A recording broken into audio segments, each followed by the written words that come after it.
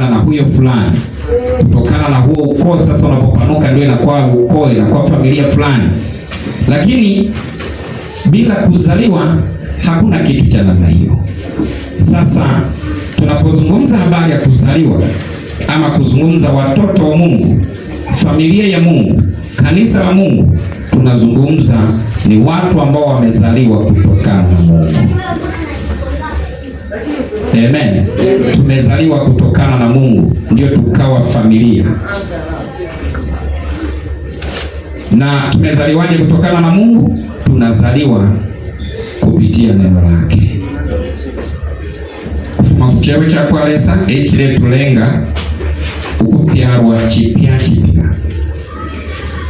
Okufuma kuchewe cha kwalesa. Chewe cha kwalesa ngo omuntu fina achipokerera au mfuyira nsuma aipokerera sumina nokutira tichachine nali rufya yakuliresa nshiri mulungami chapwa nga pokerera chiye chewe cha kwalesa chisa mukumulenga okufyarwa chipya nangu bambalanda ti okufyarwa libili.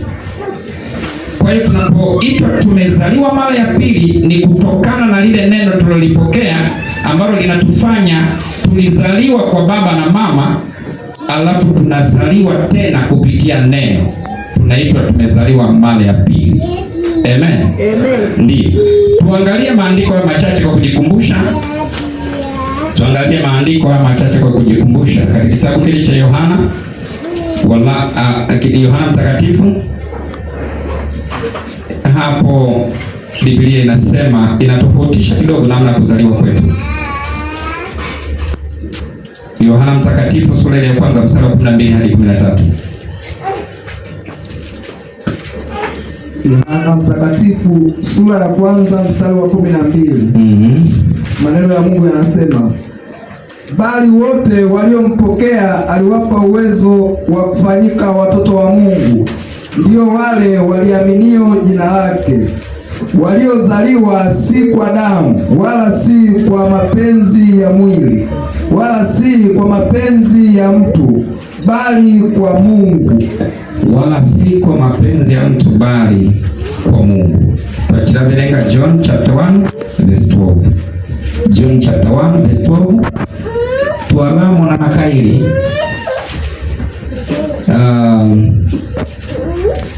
tuaramo na nakai Petro, Peter chapter 1 verse 23. 1 Peter chapter 1 verse 23. Taangalia hapo, lakini pia unapoandika ili iwe rahisi zaidi, uandike waraka wa kwanza wa Yohana wa kwanza moja, Yohana wa kwanza sura ya 3 mstari wa kwanza. Uandike yote ya maandiko matatu, tutakuwa tumekamilisha, alafu tunaweza tukapata picha. Hebu twende pale katika kitabu cha waraka wa kwanza wa Yohana, tusome Petro 1:23. Waraka wa kwanza wa Petro 1:23.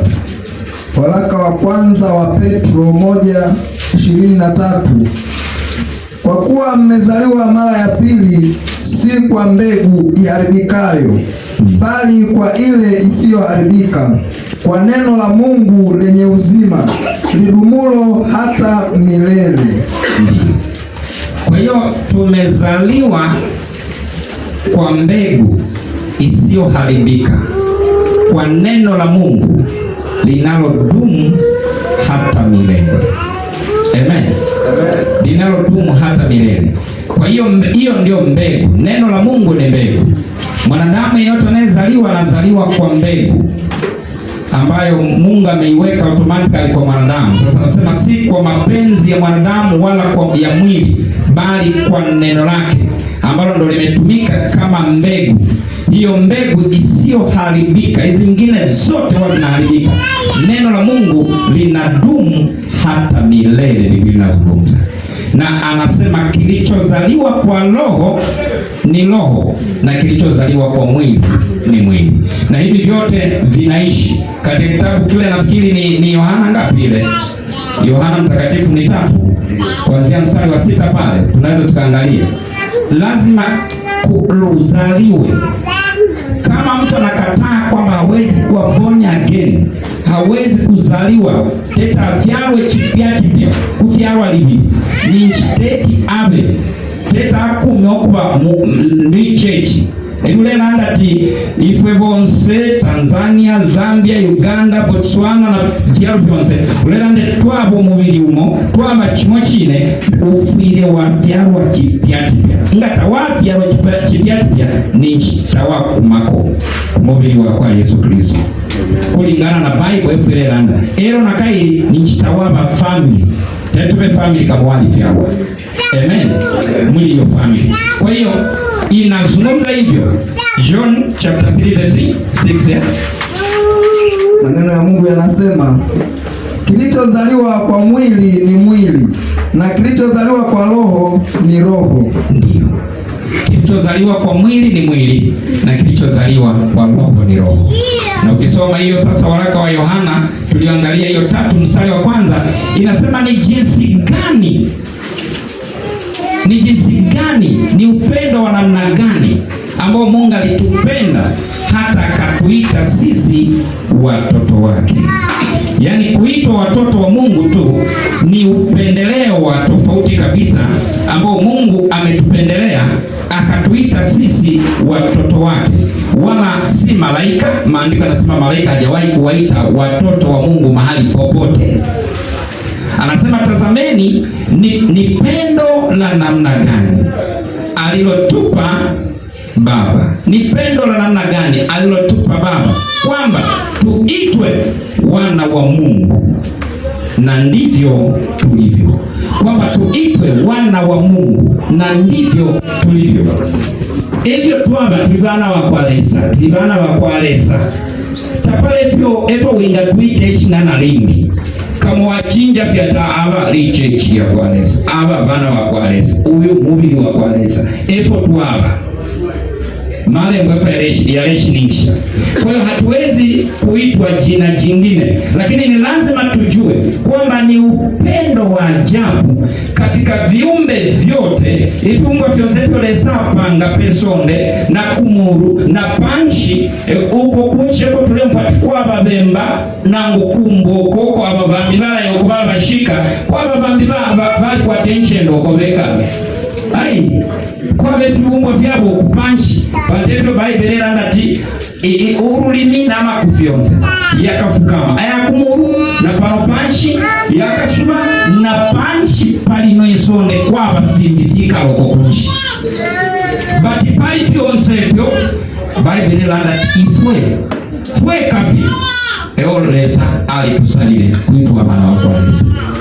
So kila mmoja anatakiwa kutafakari na kujua kwamba ni kitu cha thamani katikati ya viumbe vya namna hiyo, katikati ya wingi wa viumbe vya namna hiyo, sisi peke yetu, sio malaika.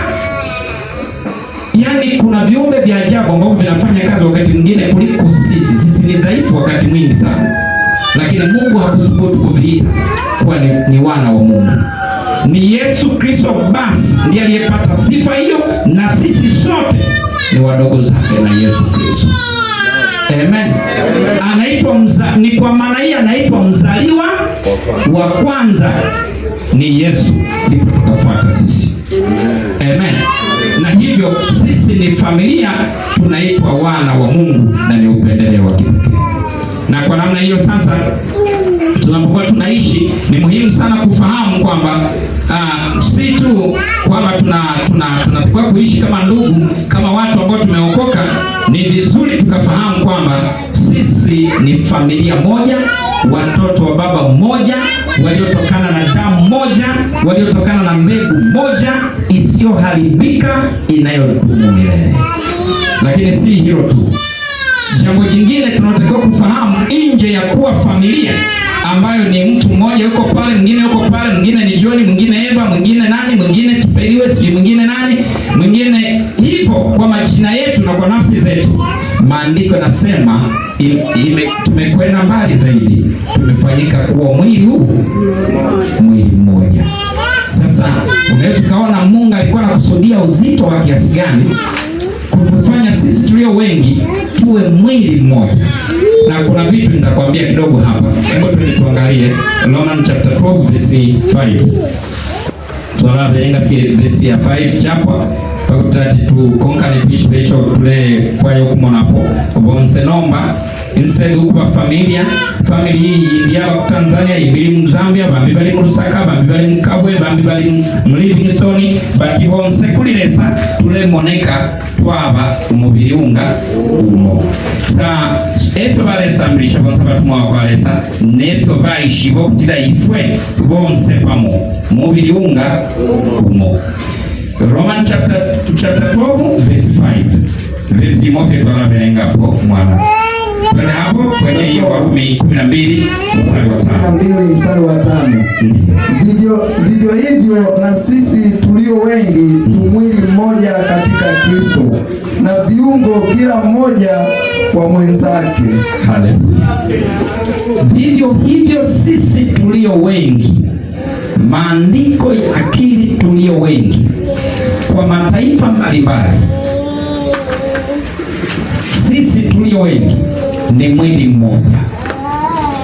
Si tu mwili mmoja, lakini viungo mbalimbali. Sasa kwenye viungo mbalimbali hapo nitarejea kwa dakika chache, nitakueleza kwa nini viungo mbalimbali. Katika tafsiri ya kiroho viungo mbalimbali ni kitu gani? Lakini si tu mwili mmoja, lakini sisi ni kanisa moja. Amen. Amen. Ni familia moja, ni watoto wa baba mmoja. Hii ni namba moja. Lakini kutoka katika familia moja sisi ni mwili mmoja. Kutoka tena katika mwili mmoja sisi ni kanisa moja. Na majina mengi ambayo tunaweza tukayakompea tukaweka hapo, lakini sisi ni kanisa moja. Sasa tunapozungumza kanisa moja, bado kanuni ni ile ile. Kama hujazaliwa kwa hii mbegu isiyoharibika, huwezi kuwa miongoni mwa familia. Huwezi kuwa miongoni mwa wana wa Mungu. Huwezi kuwa miongoni mwa mwili wa Kristo. Huwezi kuwa miongoni mwa kanisa la Kristo. Ninaeleweka vizuri? Amen. Kwa hiyo kimsingi tunapozungumza hili ni kanisa la Mungu, lazima watu hao wote, hata kama sio wote, miongoni mwa hilo kanisa wanaoitwa kanisa lazima wawe ni wote. Yaani wako 1000 lakini 500 wamekutana na neno la Mungu, wamezaliwa mara ya pili, hao ndio kanisa. Hao wengine ni mbao, wengine mabanzi, wengine miti, wengine nyasi. Na nielewa vizuri? Amen. Sio mimi ni neno. Lazima anayeitwa ni kanisa awe ni mtu ambaye amezaliwa mara ya pili. Ndio sehemu ya familia, ndio sehemu ya mwili mmoja, ndiye anaitwa kanisa la Mungu. Lugha nyepesi, lazima wameokoka. Tunaelewana vizuri? Sasa ukisikia mtu anasema mimi nipo tu nasali sijaokoka, yaani ni tatizo, yaani tatizo ambalo uzito wake hata siwe nisali. Yaani yupo anasali hajaokoka, hana sehemu yoyote na Mungu manake. Yaani ndio tafsiri yake. Si tatizo kubwa sana hilo watu wa Mungu. Ni kwa tafsiri ya maandiko, mwili ni kanisa. Mwili ni mtu aliyeokoka. Familia ni mtu aliyeokoka. Tuangalie maandiko angalau hata mawili matatu. Kwa mashahidi 2 watatu neno nalifanya nini? Ndiyo. Biblia ngatu wabenenga Bible tumone pesa malembo hapo panono teti uitwa mwana wa kwalesa ero tawafia rwalibili tawapu suka tawapu bonake ni nchibufi sana ni chitulebe panafi tule hapo Kolosai chapter 1 verse 24. Verse mofi. Kolosai verse 1 chapter 1 verse 24. Then wala lemba double. Imirimo y'abatumwa chapter 2 verse 40. Chapter 2 verse 40. Twalaberenga up to 42, twalatoloka then tukuisha hapo 47.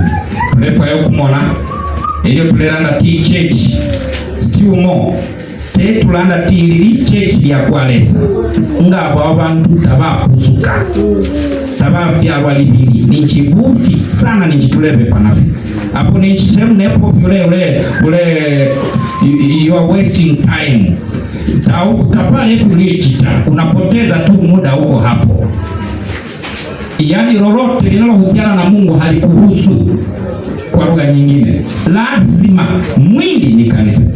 Biblia inasemaje? Wakolosai 1:24 mstari mmoja tu. Wakolosai 1:24, sasa nayafurahia mateso nilionayo kwa ajili yenu, tena nayatimiliza katika mwili wangu yale yaliyopungua. Nitarudia. Sema, sasa nayafurahia mateso nilionayo kwa ajili yenu, tena nayatimiliza katika mwili wangu yale yaliyopungua ya mateso ya Kristo kwa ajili ya mwili wake, yani kanisa lake. Kwa ajili ya mwili wake, yani kanisa lake. Ndivyo neno linavyoweka wazi. Unaposema mwili wa Kristo, sisi ni mwili wa Kristo, yaani unasema sisi ni kanisa lake. Amen. Kwa hiyo twende pale Matendo tena. Matendo 40 hadi 42. Biblia inasema hivi: akashuhudia kwa maneno mengi, kwa maneno mengine mengi sana, na kuwaonya akisema, jiokoeni na kizazi hiki chenye ukaidi. Nao waliolipokea neno, hiyo ndio mbegu, lazima mtaipokea hiyo. Nao waliolipokea neno, asema nao waliolipokea neno lake wakabatizwa, na siku ile wakaongezeka watu wapata 3,000. Wakawa wakidumu katika fundisho la mitume, na katika ushirika, na katika kumega mkate, na katika kusali. 47 anasema wakamsifu Mungu na kuwapendeza watu wote. Bwana akalizidisha kanisa. Unalisikia hilo neno? Bwana akalizidisha kanisa kila siku kwa wale waliokuwa wakiokolewa. Bwana akalizidisha kanisa, sio kwa umati wote waliolisikia neno, kwa waliolipokea neno, waliodumu katika mafundisho, katika kusali. Bwana akalizidisha kanisa kwa wale waliokuwa wanaokolewa. Sio wote waliolisikia neno walikuwa kanisa. Sio wote waliolisikia neno walikuwa miongoni mwa kanisa. Kwa wale waliokuwa wanaokolewa ndio waliitwa kanisa. Kwa hiyo tunapoliita kanisa, lazima watu wawe wameokoka. Vinginevyo dini itakuwa inatusumbua, dhehebu litakuwa linatusumbua, na tutakuwa tuna sehemu na Kristo. Na Mungu wetu ni Mungu wa haki. Anasema wale waliolipokea neno, wakalipokea neno, anasema aliwapa uwezo wa kufanyika kwa watoto wa Mungu. Na hao hawajazaliwa kutokana na mbegu ya kibinadamu kwa mapenzi ya mwili, bali kwa mbegu isiyoharibika. Ni neno. Neno peke yake linaweza kutufanya tukaokolewa, na baada ya kuokolewa ndio matendo yote mema yanaanza kupata kibali mbele za Mungu. Na tunaitwa kwa msingi huo mwili wa Kristo, tunaitwa kanisa la Kristo, tunaitwa wana wa Mungu, tunaitwa familia ya Mungu. Na kwa msingi huo, kokote waliko sasa, hao waliookoka, hao wote waliompokea Yesu, wanaoyaishi maisha hayo, wana sifa hizo zote, kwamba ni familia moja, kwamba ni mwili mmoja, kwamba ni viungo katika huo mwili mmoja, kwamba ni wana wa Mungu. Tunaelewana kanisa? Tunaelewana kanisa? Ndiyo. Kwa msingi huo sasa, tukiwa tunaangalia, ni vizuri tukafahamu jambo moja hapa ambalo Mungu kimsingi kwa mafunuo ya Roho Mtakatifu alikuwa anakusudia. Swala hapa, kuna kitu Mungu analenga. Ni hivi, kuna mtu ambaye katika mwili wake ana viungo, katika mwili wake ana familia yake. Yaani kama nilivyotangulia kuzungumza, kuna mtu anachukia familia yake. Yaani familia ni ya kwako, umezaa wewe, unaichukia familia yako. Lakini acha tuache familia, anaweza katokea mwenye makwazo mengi, kwa ukaanza kusema yana asingekuwa mwanangu, hai tatizo kabisa hili. Lakini kuna mtu anachukia viungo vyake. Yaani ni kiungo, huu ni mwili mwenyewe na hivi ni viungo vyangu. Kuna mtu anachukia kiungo. Nimeshangaa juzi hapa, nilikuwa natafuna nyama hizi za kukausha hizi. Sijui jino lilikaaje, mimi simwagi meno. Nikashangaa kama kumepasuka huko jino. Lakini kako wapi sikaoni mimi. Sasa sijui ndo kalienda na nyama mle sielewi. Hata kuonekana. Lakini nikwambie, yani hilo jino lililopasuka, kila ulimi ukipita lazima uelewe kwamba hapa pana tatizo. Mpaka hivi ninapozungumza na wewe. Sasa nikawaza, ni kipande tu kimeondoka kidogo huku. Lakini pia hata sasa nikisukutua maji hivi ya baridi, lazima aende agonge pale. Ila hapaumi, inaonyesha pamefanyika hitilafu hapa. Amen. Sasa nikawa nawaza kwamba kumbe Mungu kutuambia mwili mmoja wenye viungo tofauti, nani anaweza kuchukia mojawapo ya kiungo kimoja katika mwili wake? Hayupo, si ndio? Viungo hivyo tutavipenda kwa gharama yoyote, na kikiumia kama maandiko yanavyozungumza kiungo kimoja, ya utaona tu tatizo litakuwa kwenye viungo vyote. Yaani unaposikia hata kidole tu cha mwisho hiki kikatike. Niliona watu fulani, si walikuwa wanaenda Zimbabwe, si ni wapi, kama sio mwaka jana, mwaka juzi ya juzi pale, walisikika huko wanasema wanauza vidole viungo. Yaani unakata kati ya kidole si vya mguu. Simlisikia tukio hilo? Sasa nikaona mwigizaji mmoja alienda huko naye akakata cha mguuni. Akakata, nafikiri vidole gumba lile akakata. Alipokata wakampa hizo milioni kadhaa, akaenda ili sasa akanunua gari. Sasa siku hiyo anashuka kwenye gari, anatembelea siku ni vipo hiyo si nini, yaani kwa hilo dole gumba tu alilokata, yaani niliona limemwasili mwili mzima, kwa sababu kwenye kushuka kwenye gari tu pale alidondoka. Yaani amepoteza balance, huu mguu wote una maumivu kwa kutoa hicho kidole kimoja, na umebakia mmoja hauna balance tena. Sasa wakati na tafakari kuwa viungo sisi, najaribu kufananisha, yaani Mungu alikuwa anatoa mifano ya vitu ambavyo tunaweza kuelewa kwa uzuri na kufahamu uzito wake. Amen. Kwa maana ya kusema kanisa ni mwili mmoja na ni viungo mbalimbali. Manake ni kwamba katikati yetu kama mmoja anapatwa na shida, mmoja anapatwa na tatizo, yaani ni kwamba ni kanisa moja kwa moja limepatwa na tatizo. Amen. Na namna ile ambayo huyu atakuwa anajisikia uchungu, anatakiwa yaani sisi kanisa wote tusikie uchungu wa namna hiyo hiyo. Amen. Asiwepo ambaye ataona limempata kwa sababu ni fulani. Lakini kama kanisa lingetazamana kwa sura hii, manake upendo wetu ungekuwa mkuu sana. Amen. Na wakati mwingine hata hawa wanaorudi nyuma kwa makwazo kidogo hawa wasingerudi nyuma.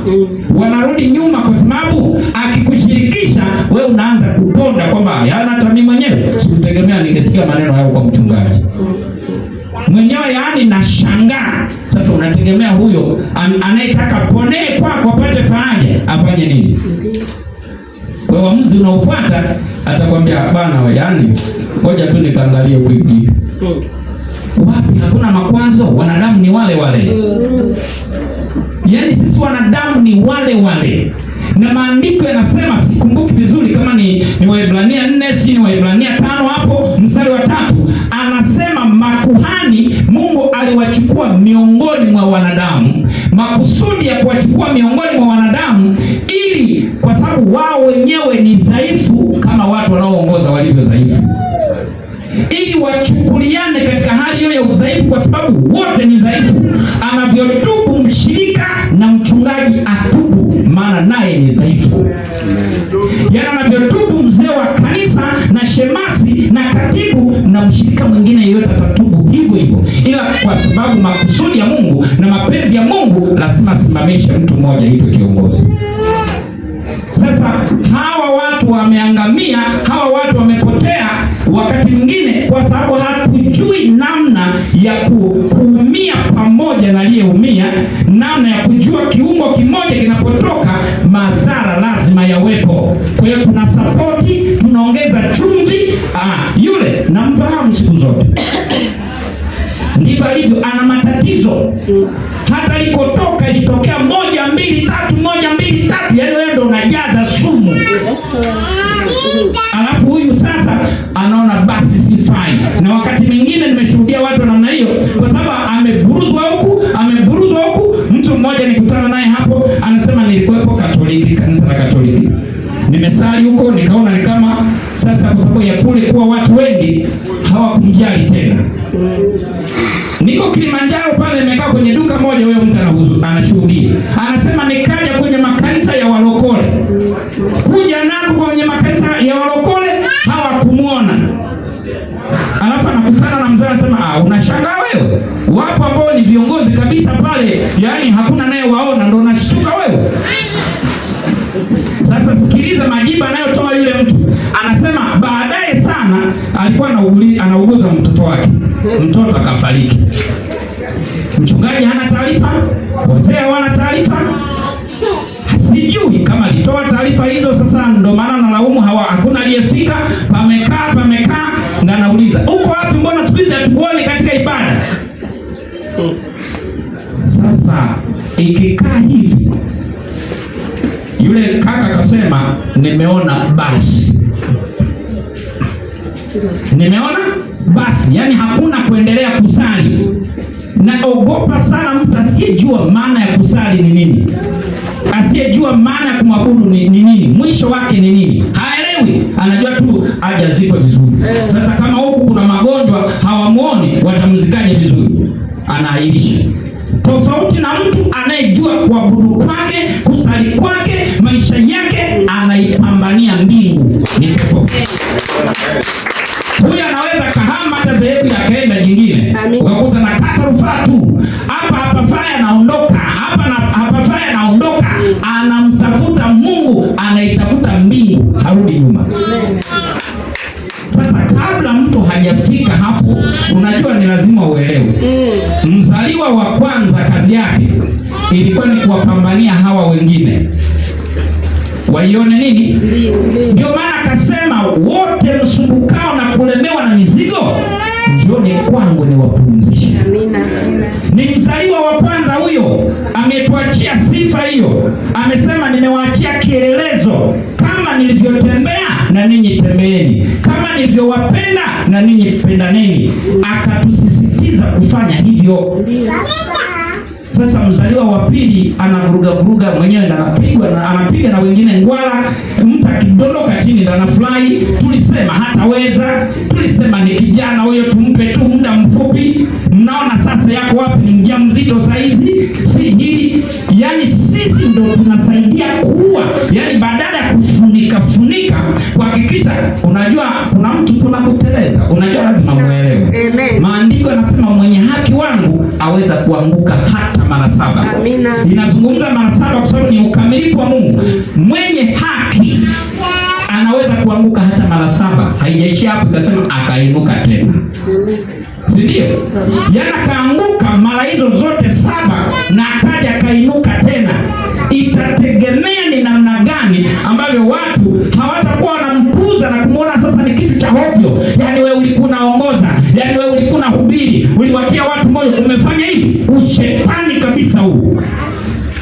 tunategemea afanye nini sasa?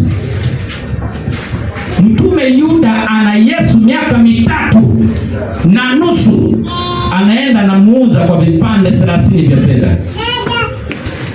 Yuda hakujua Yesu anaweza akakamatwa na Mafarisayo wala na askari wa Masadukayo wala na yeyote. Alikuwa ameiona miujiza kilichokuwepo kichwani mwa Yuda. Yani angejua Yesu kwa vipande hivi 30 ndo natimiza wajibu wangu na Yesu anakwenda, asingefanya hivyo. Sasa kwa mazingira hayo, watu huanguka kwa mawazo ya namna tofauti tofauti, kurudi nyuma kwa mawazo ya namna tofauti tofauti, badala ya kumwonyesha kwamba hapa ameteleza, hataki kufanya hivi, arudi kwa Bwana. Mtie moyo, mwambie bado neema ipo, bado rehema ya Mungu ipo, bado upendo wa Mungu upo, bado mlango haujafungwa. Usirudi nyuma kabisa. Tunamchana, tunamponda, na sasa na message, umefahamu lilompata fulani, umefahamu lilompata fulani, ndio tunaua kabisa. Hapana. Hata kama ni baba melewa kwa mfumo ule ule ambao Nuhu alilewa, wawepo watoto wanaotambua umuhimu, warudi nyuma, wasiangalie uchi wa baba yao na kwenda kutangaza, wamfunike nguo, wamfunike ile aibu, ionekane hakulala uchi. Kama mwingine hakuona, iwe imeishia hapo. Lakini sasa sisi ndio tunaanza kutweet. Tunamfahamu fulani. Yaani wewe acha. Una nafasi hapo. Humu kwenye simu nina bando. Hujawahi kununua bando umweleze mtu habari njema, umenunua bando umweleze mabaya. Hatuelewi. Sisi ni familia moja, wana wa Mungu. Sisi ni watoto wa baba mmoja. Ni damu moja. Ni wa mbegu moja, neno la Mungu isiyoharibika. Anasema mpendane, mwe tayari hata mmoja kutoa uhai wake kwa ajili ya mwenzake. Amen. Amen. Si kama naeleweka vizuri. Lakini utaangalia maandiko hayo machache. Kristo Yesu yeye tulipokuwa wachafu na waovu namna hiyo, pale uliandika Matendo, utaandika vile vile kitabu hicho cha Wakorintho wa pili Wakorintho wa kwanza samani chapter 12 verse 27. Corinthians chapter 12 verse 27 inazungumza sisi ni mwili mmoja, twabo mubiri umo lero uyo mubiri wakwata amaboko wakwata amaguru wakwata amenso wakwata amatwi byonse eupangika nombokuba umubiri umo. Kwa sisi kutoka kuwa mwili ni viungo mbalimbali ambavyo vipo, na kama kuna kiungo kimoja kitajiona ni bora kuliko kiungo kingine, basi hiyo kazi itasuasua sana na hiyo kazi itaharibika. Nilimwona mama mmoja aliyetokea Kongo huko, ambaye anasema walipigwa na bomu na wazazi wake, wengine wakafa, amebaki na mikono tu hii, lakini viganja vyote vilishaondoka. Anawatia moyo watu kwamba ninafanya kazi zangu tu kama kawaida, kama nyinyi tu mnavyofanya. Akasema napika, akasema naoga mwenyewe, lakini ni ukweli anaanza kama fanya hizo kazi, ila hataweza kufanya kwa ufanisi kama ambao unaweza kufanya wewe mwenyewe na viungo vyote. Ni ukweli kiungo kimoja kinapokuwa kimepotea, kimepatwa na hitilafu, lazima kuwe na tatizo, sio dogo, ni kubwa. Kwa sisi kama familia, asiwepo mtu ambaye kwa sababu ana uwezo kuimba sana, ana uwezo kusifu sana, ana uwezo kuabudu sana, asione huyu ambaye hana uwezo hana faida. Ni kama vile mkono useme mimi ndo nafanya shughuli zote, viungo vingine haviwezi, lakini ukivitoa viungo vingine vyote hivi, hii mikono haitafanya chochote. Yaani hata kwenda kufika pale ichukue haitachukua. Ni kwa sababu kuna miguu inaipeleka mikono pale, ndio inaenda inachukua. Mdomo unaonekana unaweza kuongea masaa yote, ni kwa sababu kuna kitu kina pampu ndani. Hakuna ambacho kina faida hakitegemei kingine. Viungo vyote katika mwili vinategemeana. Amen. Na kwa sababu hiyo vinapaswa kusaminiana. Kwa namna hiyo hiyo, tunapozungumza habari ya viungo, nilikwambia nitakupa picha kidogo. Viungo hivi katika mwili vinatafsiriwa kuwa kama karama. Nifuate vizuri. Viungo, yani katika mwili mmoja wenye viungo mbalimbali, hivi viungo vinatafsiriwa kama karama. Anapokuwa mtu mmoja pale na mwingine pale na mwingine pale, zinatafsiriwa kama karama. Anapounganika kuwa mmoja kwa mtazamo wa Kristo wenye viungo mbalimbali, vile viungo ni karama. Vile viungo ndio vinavyofanya kazi. Rudi pale mwanzo tulipoanzia, Warumi 5:12 pale, tusome hapo mistari michache. Elio tuleranda mulandu na nani kane na tuleranda mulandu na matalenti ole satupela tufire twaishi wokutira ti aya matalenti semu na Bible tuleranda ti mumubiri kwa bamaboko, kwa bamoru, kwa bakanwa, kwa ba umutwe, kwa ba anani kane kwa ba katwisha tiba kwa mkajumo, kwa ba ifingi fyonse file lenga ukumoneka kwati matalenti eyo lesali tupela. So kila muntu epwali ni talenti. Umbi ikuru, umbi kuboko, umbi katwishi ni menso, umbi matwi, matalenti. Ayo matalenti nga takuli ni chitakuru mulimu wa kwalesa uli wozoka bombeka. Sasa twende pale uangalie huo mwili mmoja wenye viungo mbalimbali kama tulivyosoma hapo Warumi 12:5. Tuendelee pale kidogo, mtasoma.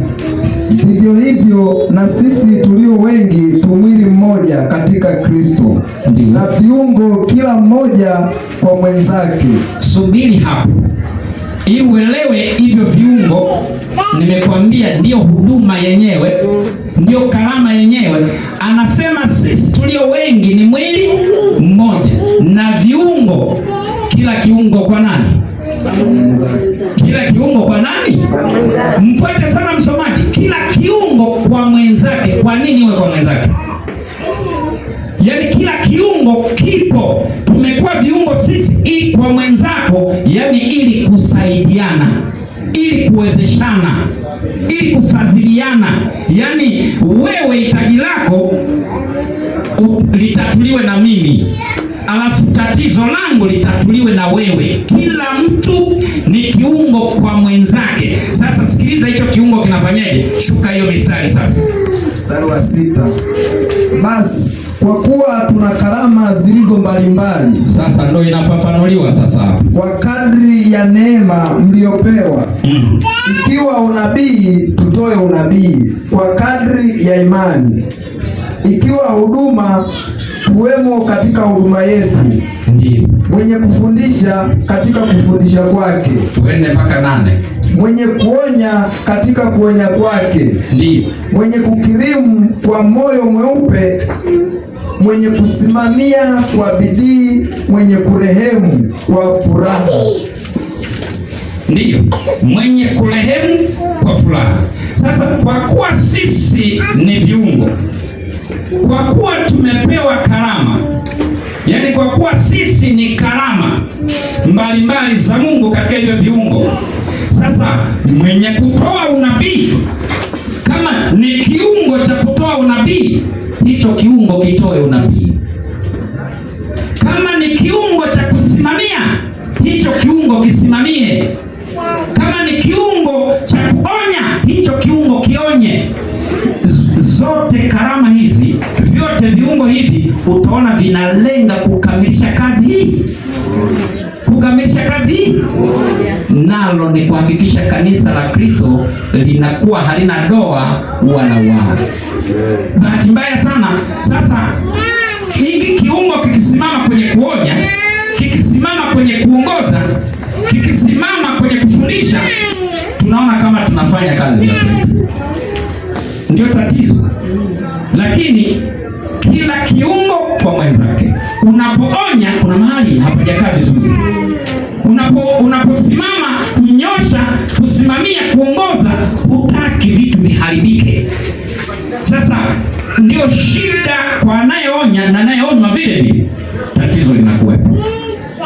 natamani tungefahamu vizuri mafunuo haya na mafundisho ya neno la Mungu haya, tungekaa kwenye mstari mzuri sana.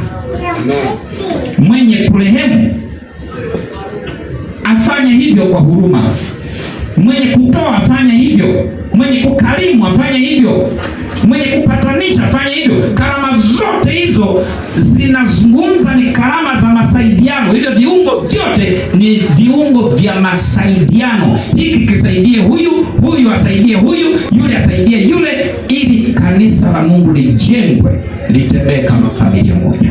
Amen. Amen. Wale anasema wanaoumia, wale wanaoteseka, wote walipaswa kupata faraja kutoka kwa kiungo kingine kwenda kiungo cha pili. Bwana tusaidie. Ndio maana sasa Biblia inasema hivi kwamba tukiwa katika mazingira ya kukosa kabisa, mazingira ya kuoza kabisa, ukisoma katika Zaburi ile 14 mstari wa kwanza inasema Mungu alipochungulia wanadamu,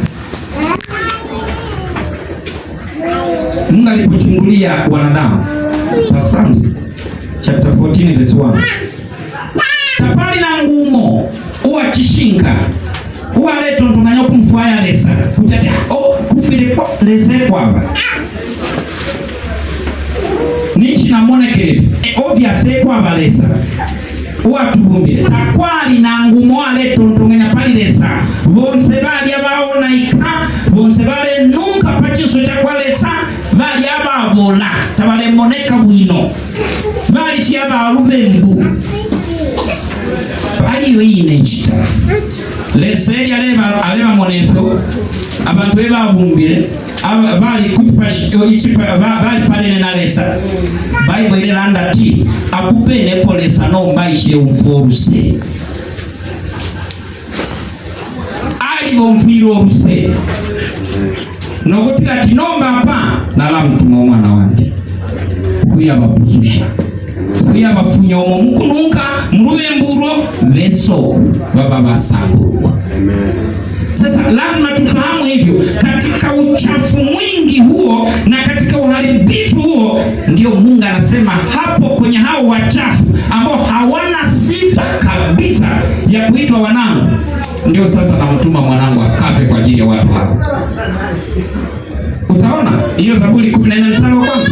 Lakini Warumi 5:8 kama nakumbuka vizuri, chini 8:5 unajua 5:8 ndio Warumi 5 mstari wa 8 ule anazungumza tulipokuwa waovu na wenye dhambi ndipo alipoamua kufa kwa ajili yetu.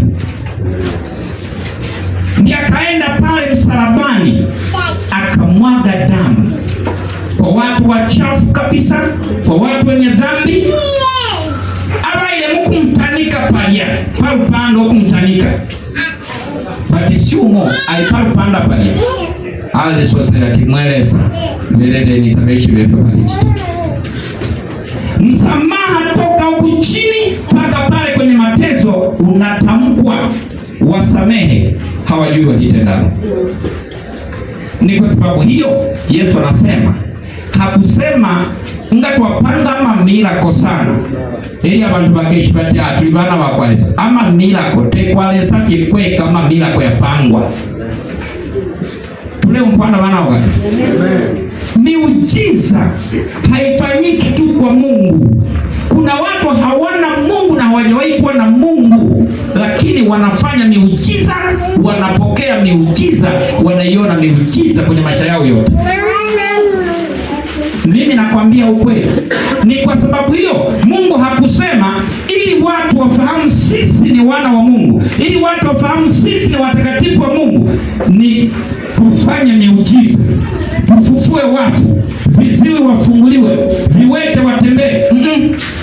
Ifirema ngafyambo kwenda lero bakeshi bati mulibana wakwalesa ngabamona mamira kwa bafu balebuka bakeshi bati mulibana wakatefyo basosere Yesu alande atinga mwate mwana imwe mwate mwana pali uyuno ngaba mnyina ngaba bruru ngaba family imo ichitemu iko ngatamone kafe pakati kenu ero nomba abantu bonse bakeshi bati imwe muri basambi bakwa Yesu Kristo mulibana